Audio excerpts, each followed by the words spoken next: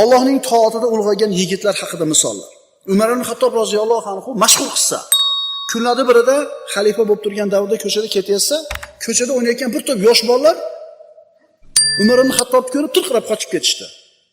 Umar ibn Xattob haybatli inson bo'lgan, hatto katta odamlar ham tura olmas edi oldida, siri bor edi. Hamma yosh bolalar qochib ketdi, bir bola turibdi joyida. Xalifa qiziqib borib, "Ey bola" dedi. "Nimaga hamma qochib ketganda sen qochib ketmading?" dedi. Bu bola aytdiki, "Ey amir" dedi. "Ey amirul mu'minin, sizni zulmingizdan qo'rqish uchun zolim emasman. Jazoingizdan qo'rqishlik uchun gunoh ish qilganim yo'q. Yo'l keng, siz ham men ham sig'oramiz" dedi. Jur'atni qarang. Bir xato ish qilganim yo'q, bir zulm qilganim yo'q sizdan bir kalta yoki jazolanishlikka. Menda hech qanaqa bir ayb yo'q, o'taverasiz deyapti. Kimi bo'lasiz desa, Zubayr ibn al-Avvommi dedi. Abdulloh ibn Zubayr roziyallohu anhu. Qarang jur'atni. Umar ibn Abdul Aziz rahmatullohi alayh. Bu xulofoi roshidlarning 5-chisi deyiladi. Hayit kunida bir bolaga ko'zi tushib qoldi.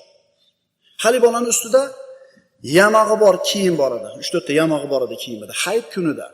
Demak, kambag'al, qo'lida bir dunyosi bo'lmagan odam hayit kuni yangi kiyish kerak, iloji bo'lsa. Haligi bolani ko'rib turib, xalifaning ko'ziga yosh keldi. Bola xalifaga qarab, "Ey amirul mu'minin, nima yig'layapsiz?" Xalifa aytdi, "Bolam, agar ustingdagi yamoq kiyimingni do'stlaring ko'rsa, seni ko'ngling sinishidan qo'rqaman" dedi. Hamma yangi kiyib turganda sen yamoq bilan borib, haligilarning oldida bo'yning qisilib, ko'ngling sinishdan dedi, qo'rqaman. Bola nima dedi? "Ey amirul mu'minin, qalb Alloh undan rozi bo'lmasligi yoki ota-onasiga oq bo'lishi bilan sinadi. Bu narsaga qalb sinmaydi" deyapti. "Albatta sizni mendan rozi bo'lishingiz sababli Alloh ham rozi bo'lishini xohlayman" deyapti. Faqir kishini ko'rasan, hech narsasi yo'q, ammo qalbida xotirjamlik bor. Uni bu xotirjamligini olsang, butun shahardagi odamlarga yetadi. Yana bir odamni ko'rasan, millionlagan puli bo'ladi, lekin faqir. "Zarar qildik bu oyda" deydi. Zarar qildik. Qancha zarar qildingiz? O'tgan oyda 120 ming foyda qildik. Bu oyda deydi 100 ming bo'lib qoldi deydi. Ana faqir. Sen birodar faqirlikdan qo'rqqanligi uchun faqirsan. Bir yigit ulug' bir ishni qildi. Uni qilgan ishi shunaqa bir odamlarga ta'sir qildi. Bir odamga g'ash kelib, yosh bola ekanligiga ishora qilmoqchi bo'lib, yoshini kichkina ekanligini bilan aytib uni ko'nglini cho'ktirmoqchi bo'ldi-da, "Ey yigitcha" dedi. "Yoshingiz nechida?" dedi. Yigit, "Men Abu Bakr va Umarlarga Nabiy sollallohu alayhi vasallam Usomani amir qilgandagi yoshdaman" deb javob berdi. 17 yoshda. 17 yoshdaman demayapti. Usomani payg'ambarimiz Abu Bakr va Umarlarga amir qilganda nechida edi? O'sha yoshdaman deyapti. Jur'atni qarang. Umar ibn Abdul Aziz xalifa bo'lib saylandi. Uni tabriklashlik uchun atrofidan elchilar kelishni boshladi. Hijozliklardan bo'lgan jamoani boshlab bir kichkina bola kirdi. Hali 10 ga yetib yetmagan bola edi. Boshliq bo'lib kirdi, 10 yashar bola. Bola turib, xalifa bo'lganligi bilan muborakbod o'qimoqchi bo'lib, gapirmoqchi bo'lganida to'xtadi. "Sendan yoshi kattaroq odam gapirsin" dedi. Yig'lab chiqib ketib qoldimi, xafa bo'lib? Nima dedi? "Alloh amirni isloh qilsin. Kishining qadri ikkita kichkina narsasi bilan, tili va qalbi bilan bo'ladi qadri. Agar Alloh taolo unga lafz qiluvchi, so'zlovchi tilni bergan bo'lsa, saqlovchi qalbni bergan bo'lsa, gapirishga haqli bo'ladi." Xalifaga aytdi bu gapni. "Agar ish siz aytgandek bo'ladigan bo'lsa, ummat orasida sizdan ko'ra bu xalifalikka loyiqroq, yosh kattaroq odamlar bor edi" dedi. Bu davlatni birinchi kishisiga borib gapiryapti bu yosh bola. Bu qo'shni amakiga gapirmayapti. Xalifaga gapiryapti. Odamning qadri yoshi bilan emas, qalbi bilan tiliga bog'liq. Agar Alloh shu narsani bergan bo'lsa, gapirishga haqqi bor. Agar faqat yosh bilanlar ish bo'lganda sizdan ko'ra qariroq odamlar o'tiribdi xalifalikka deyapti. Bu jur'at birodarlar.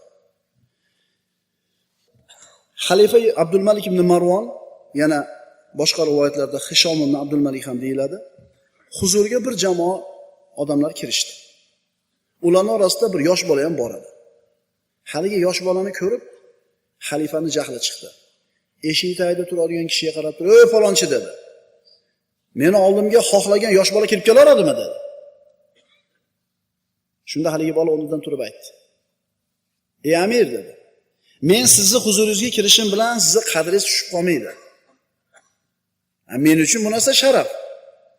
Bizni yurtimizga mashaqqatli kunlar keldi. Ozuqa yo'q bo'ldi. Sizlarda esa ortiqcha mollar bor. Agar ular biz uchun bo'lsa, nima sababdan ularni bizga bermaysizlar? Agar ular Allohniki bo'lsa, bas ularni bandalarga beringlar. Agar ular sizlarniki bo'lsa, bas uni bizlarga sadaqa qilinglar" dedi. To'g'atilmagan kichkina bolaning gapi. Xalifa hayron qoldi. "Vallohi bu bola" dedi, "talabini bajarmaslikka biz uchun bironta ham uzrni qoldirmadi" dedi. Qavm uchun 100 dinor, bu bolani o'zi uchun 100 dinor berdi. Bola "O'zimni haqqimni ham qavmimga beraman" dedi. Chunki hojatiga yetmay qolishi mumkin. Bular ham odamning bolasi. Bularda ham bitta erkak, bitta ayoldan Alloh dunyoga keltirgan. Lekin bularni mana shunday jur'atli qilganlar shu erkak bilan ayollar bo'lgan. Bizni ham qo'limizdan keladimi? Biz hammamiz xohlaymiz. Farzandlarimiz jur'atli, shijoatli, yurakli, o'ziga ishongan, irodasi mustahkam farzand bo'lishligini. Hammamiz xohlaymiz bunaqa farzandga ega bo'lishni. Ammo biz shunaqa farzandga ota yoki ona bo'lishga loyiq mehnat qildikmi?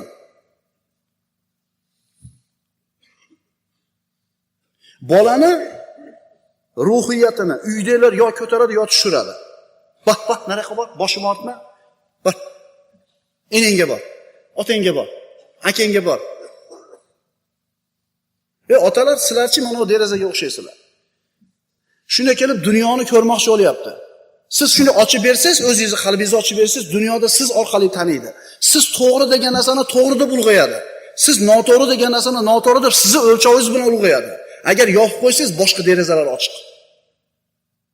Boshqalarning ko'zamligi bilan dunyoni ko'rib oladi. Shuning uchun bolalarimizni ko'nglini cho'ktirmaslik uchun, jur'atli qilib tarbiyalashlik uchun birinchi nima ish qilishimiz kerak? Hammamiz qo'limizdan keladi. Va juda oson ish bu. So'zga quloq solish kerak.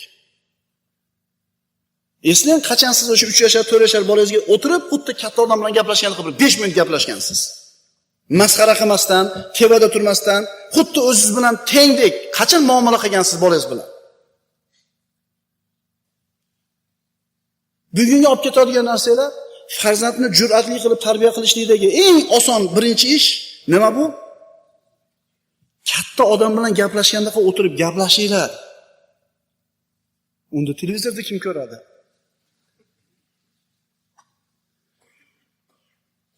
Meni televizorga aylantirib qo'y degan ma'ruzamiz bo'lgan edi. Men ham Parvardigor sendan bitta tilakni tilayman. Ko'p narsa so'ramayotgandurman, 10 yashar bo'lmagan bola. Lekin yurakdan so'rayapman. Meni televizorga aylantirib qo'y. Televizorimizni uyda o'zini alohida joyi bo'lgandek, meni ham joyim bo'lishini xohlayman. Oila a'zolarimiz televizorda oldida o'tirgandek, meni oldimda o'tirishini xohlayman. Televizorda birorta gapni o'tkazib yormasdan muhim ekanligiga ishonib quloq solishgandek, meni ham so'zimga diqqat qilib eshitishlarini xohlayman. Meni televizorga aylantirib qo'y deb yozgan inshosini aytib bergan edim. Islomda farzand tarbiyasi degan darsimizni muhim nuqtalaridan nafsiy, ruhiy, psixologik tarbiyasiga keldik. Bu darslardan siz bilan biz bitta kasallikni ko'rib chiqdik. Uyatchanlik, tortinchoqlik. Va uni ziddi bo'lgan jur'at haqida gaplashdik.